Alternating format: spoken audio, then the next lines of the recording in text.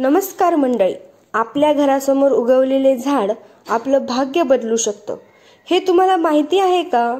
काही झाडं घरात सुख, शांती, आरोग्य आणि धन आणतात, तर काही झाडं नकळत आपल्यावर संकट, वादविवाद आणि गरिबी ओढावतात। तर मंडळी, आजच्या ह्या व्हिडिओमध्ये आपण बघणार आहोत की वास्तुशास्त्रानुसार घरासमोर कोणती झाडं लावावीत, कोणती टाळावीत आणि त्यामागे खरं नेमकं काय रहस्य आहे। तर हा व्हिडिओ तुम्ही शेवटपर्यंत जरूर बघा, कारण शेवटी मी तुम्हाला एक गुपित उपाय सांगणार आहे ज्याने घरात नेहमी सुख समृद्धी राहील।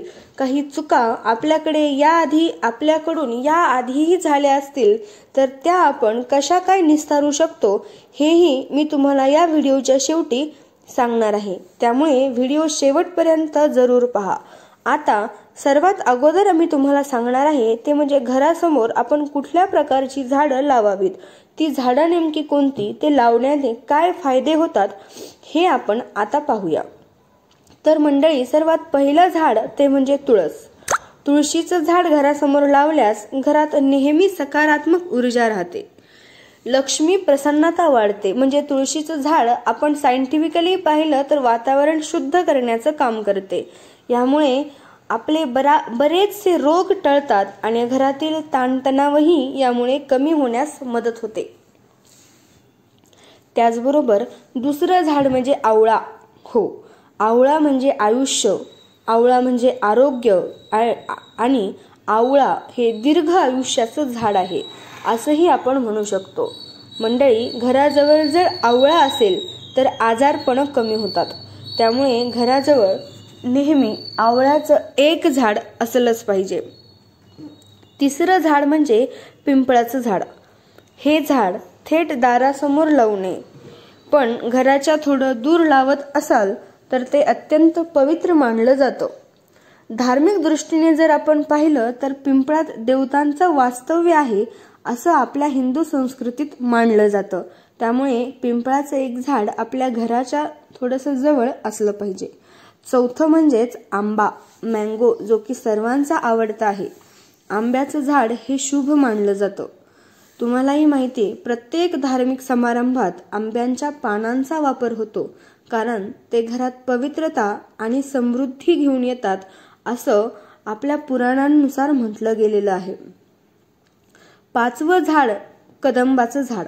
आता तुम्हाला माहिती आहे का हे कदंबाचं झाड कसं असतं? तर भगवान श्रीकृष्णाला हे झाड खूप प्रिय आहे।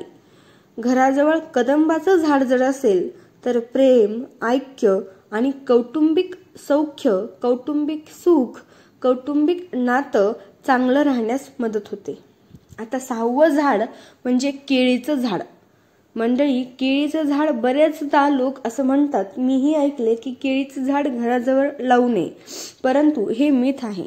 केळीचं झाड हे भगवान विष्णूंना अत्यंत प्रिय आहे। जर तुम्ही केळीच्या झाडाची गुरुवारी पूजा केली तर घरात धनधान्य आणि सुख वाढतं, त्यामुळे तुमच्या घराजवळ एक केळीचं झाडही जरूर असायला हवं। तर आता आपण या व्हिडिओमध्ये पुढे पाहणार आहोत की घराजवळ किंवा घरासमोर कुठली झाडं लावू नयेत, ती लावली तर काय तोटे होऊ शकतात। त्यामुळे इथून पुढेही व्हिडिओ जरूर बघा आणि तुम्ही हा व्हिडिओ कुठून, कुठल्या गावातून, कुठल्या शहरातून पाहताय हे मला कमेंटमध्ये जरूर सांगा। मंडळी, पहिलं झाड जे की घराजवळ लावू नये ते आहे बाभूळ। हे काटेरी झाड नात्यामध्ये भांडणं आणि वादविवाद वाढवतात, त्यामुळे हे झाड घराजवळ लावणं आपण टाळलं पाहिजे। तिसरं म्हणजे टॅमरिंड म्हणजेच चिंचेचं झाड। चिंच ही नकारात्मक ऊर्जा वाढवते असं वास्तुशास्त्रात सांगितलं गेलेलं आहे, त्यामुळे घरासमोर चिंच जर तुम्ही लावली तर घरात कलह, वादविवाद, भांडणं वाढू शकतात, त्यामुळे घराजवळ चिंचेचं झाड लावणं टाळलं पाहिजे। त्यानंतर तिसरं झाड जे घराजवळ लावणं टाळावं ते आहे कडुनिंब। कडुनिंबाचं झाड मंडळी आरोग्यासाठी कितीही चांगलं असलं तरी घराच्या दारासमोर जर ते असेल तर घरात तणाव आणि नकारात्मकता येते, पण जर हे तुम्ही घराच्या थोडंसं बाजूला असेल तर त्याचे फायदे तुम्हाला होऊ शकतात। त्यामुळे वरील सांगितल्याप्रमाणे ही झाडं तुम्ही लावू नका। त्याचबरोबर ज्या झाडांची फळं कडू असतात अशी झाडं तुम्ही घराजवळ लावू नका। अशा झाडामुळे घरात कटुता आणि दुःख वाढू शकतं। त्यामुळे कडू फळं देणारी झाडं तुम्ही घराजवळ अजिबात लावू नका। ही होती ती झाडं जी आपण घराजवळ लावू नयेत। का लावू नयेत हेही मी तुम्हाला सांगितले।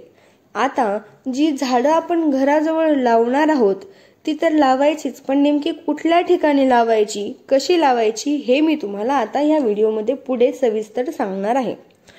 पहिलं झाड तुळशीचं। तर तुळशीचं झाड सहसा आपण अंगणातच लावतो, पण लावताना ते नेहमी ईशान्य दिशेला लावावं। आंबा हा घराच्या पश्चिम किंवा दक्षिण दिशेला असावा। पिंपळ थोडं दूर कुठल्याही दिशेला चालेल, फक्त दारासमोर नसावं।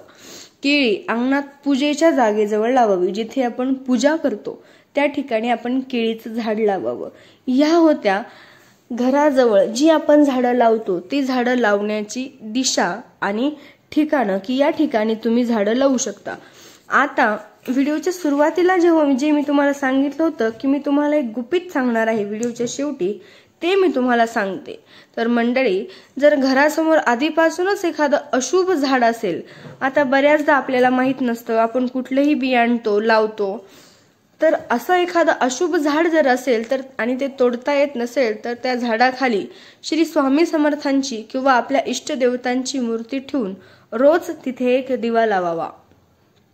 यामुळे त्या झाडाची नकारात्मक ऊर्जा कमी होईल आणि ती ऊर्जा आपल्या घराकडे प्रवाहित होणार नाही आणि आपल्या घरात नेहमी सकारात्मक पॉझिटिव्ह वाइब्स राहतील, सकारात्मक ऊर्जा राहील। तर हा होता माहितीपूर्ण व्हिडिओ। ही माहिती तुम्हाला कशी वाटली मंडळी हे मला कमेंटमध्ये जरूर सांगा आणि तुमच्या घराजवळ कोणती झाडं आहेत ते पण आम्हाला लिहून कळवा बरं का। हा व्हिडिओ जर तुम्हाला आवडला असेल तर चॅनलला लाईक करा, शेअर करा आणि सबस्क्राईबही करा, कारण पुढे आणखीही असे आश्चर्यचकित करणारे वास्तुशास्त्राचे रहस्य आपण उलगडणार आहोत। तोपर्यंत हा व्हिडिओ ह्यातली माहिती जाणून घ्या, इतरांपर्यंत पोहोचवा आणि खुश रहा, हॅपी रहा, आनंदी रहा। धन्यवाद।